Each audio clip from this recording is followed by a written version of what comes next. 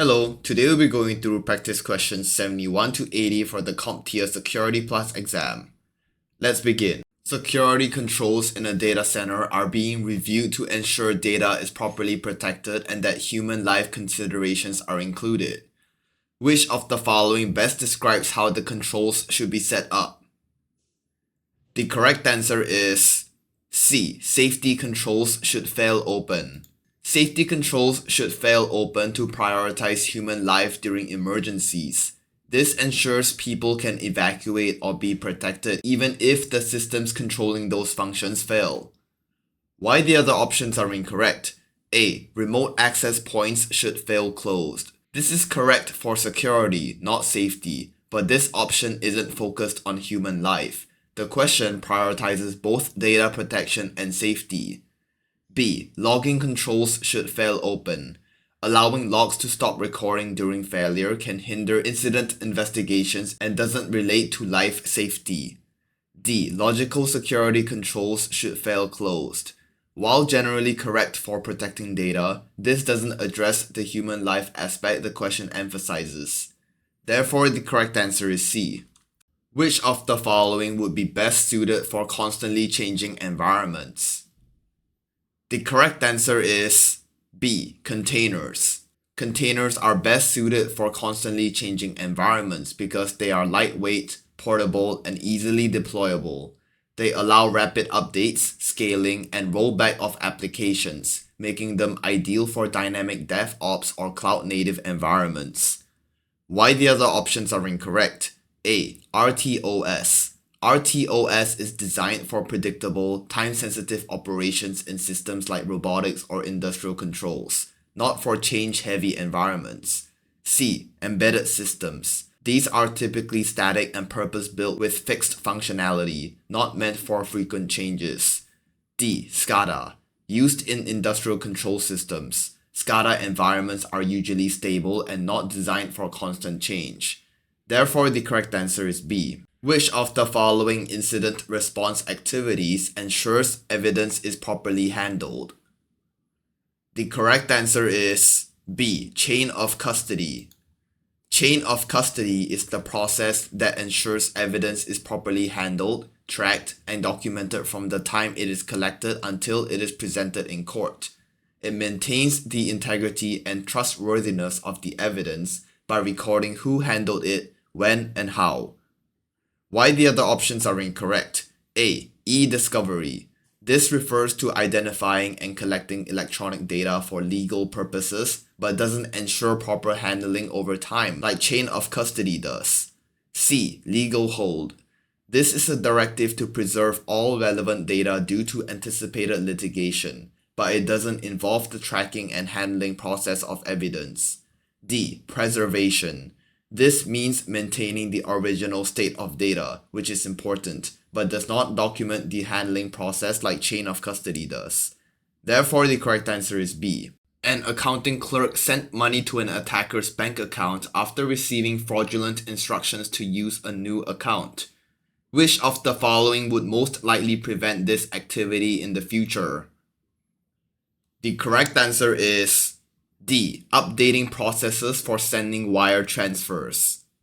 The best way to prevent this type of social engineering attack is to update and enforce secure wire transfer procedures, such as requiring multi-person approval, callback verification, or dual authentication before sending funds to a new account.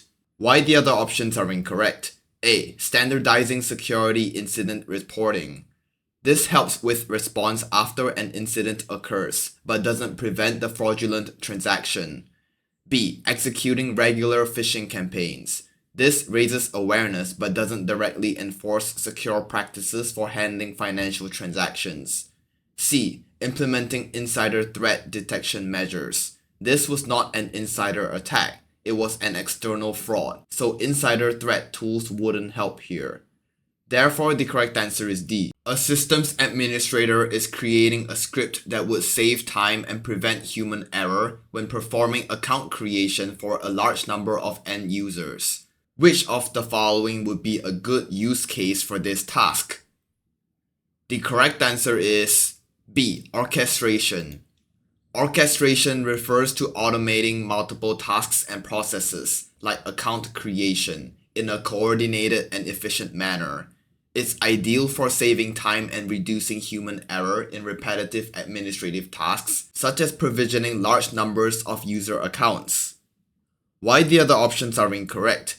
A. Off-the-shelf software.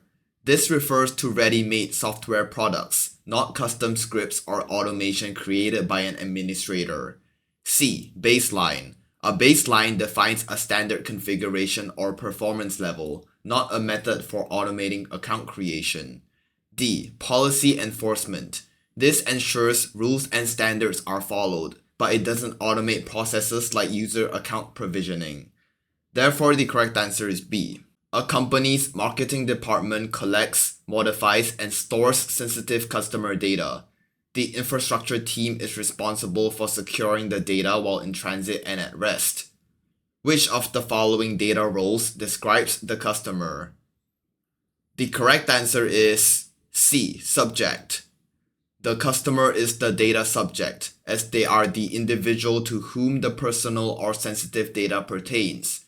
The subject is the person whose data is being collected, stored, or processed. Why the other options are incorrect? A. Processor. The processor is an entity that processes data on behalf of the data controller, not the individual whose data is being handled. B. Custodian. The custodian is responsible for the technical protection of the data, but is not the individual the data describes. D. Owner. The data owner typically determines how data should be used or handled, often a business unit like the marketing department, not the customer. Therefore, the correct answer is C. Which of the following describes the maximum allowance of accepted risk? The correct answer is D. Risk threshold. Risk threshold refers to the maximum level of risk an organization is willing to accept before action must be taken. It sets a clear boundary for acceptable versus unacceptable risk. Why the other options are incorrect? A. Risk indicator. This signals the presence or potential of a risk but doesn't define acceptable limits. B. Risk level. This describes how severe a risk is, but not the limit of acceptable risk. C. Risk score. This is a quantitative value representing the severity or likelihood of a risk, but doesn't define the acceptable maximum. Therefore, the correct answer is D. A security analyst receives alerts about an internal system sending a large amount of unusual DNS queries to systems over the internet over short periods of time during non-business hours. Which of the following is most likely occurring? The correct answer is B. Data is being exfiltrated. A high volume of unusual DNS queries, especially during non-business hours, strongly suggests that data exfiltration is occurring. Attackers often use DNS tunneling to covertly transfer data out of the network, bypassing traditional security controls. Why the other options are incorrect? A. A worm is propagating across the network. Worms spread internally and usually cause unusual traffic to internal systems, not excessive DNS queries to the internet. C. A logic bomb is deleting data. A logic bomb triggers destructive actions but wouldn't typically involve noticeable DNS activity. D. Ransomware is encrypting files. Ransomware encrypts data locally and may contact a command server, but is not usually associated with large-scale DNS queries. Therefore, the correct answer is B. A technician is opening ports on a firewall for a new system being deployed and supported by a SaaS provider. Which of the following is a risk in the new system? The correct answer is C. Supply chain vendor. Since the system is supported by a SaaS provider, the primary risk involves third-party dependency, specifically a supply chain vendor. If the provider is compromised or misconfigures their service, it could directly affect your organization. Why the other options are incorrect? A. Default credentials. While a risk, this is typically associated with local misconfigurations, not directly related to opening firewall ports for a SaaS system. B. Non-segmented network. This is relevant in general security architecture, but the question emphasizes the external dependency, not internal network structure. D. Vulnerable software.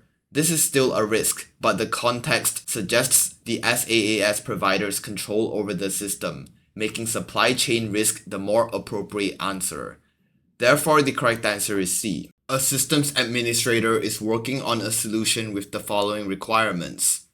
Provide a secure zone, enforce a company-wide access control policy, reduce the scope of threats. Which of the following is the systems administrator setting up? The correct answer is A. Zero trust. The systems administrator is setting up a zero trust architecture. It focuses on creating secure zones, enforcing strict access controls regardless of network location, and reducing the threat surface by assuming no implicit trust, even inside the network. Why the other options are incorrect? A. AAA. While AAA is part of access control, it's a component rather than a full framework of secure zones and threat reduction. C. Non-repudiation. This ensures actions or transactions can't be denied later, but it's unrelated to creating secure zones or access policies. D. CIA. This is a security principle, not an implementation or framework like Zero Trust. It doesn't directly describe how secure zones or access policies are enforced. Therefore, the correct answer is A. We have come to the end of today's video. If you liked the video, please make sure to like and subscribe. Goodbye.